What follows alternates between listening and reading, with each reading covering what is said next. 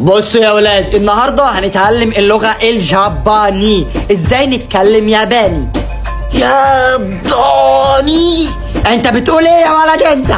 يا مستر لا، ده انا بقول ياباني ياباني.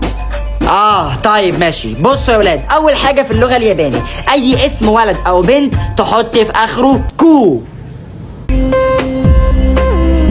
سيبكم من اللسع ده، هحط لكم لينك لعبه في البايو، حملوها وافضلوا العبوا كتير، واللعبه عامله سحب على ايفون 14 برو ماكس. انت هقعد ركز معايا يا ابني. لو قلنا محمد بالعربي تبقى بالياباني ايه؟ محمد كو. شاطر. طب لو قلنا فاطمه بالعربي تبقى بالياباني ايه؟ فاطمه كو. برافو عليك، برافو.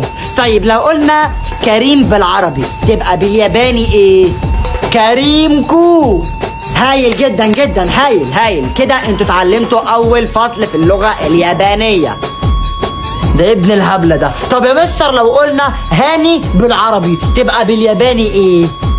انت جاي تشغل دماغك على مدرس بقاله 20 سنة؟ سهلة جدا. بالعربي هاني تبقى بالياباني هاني.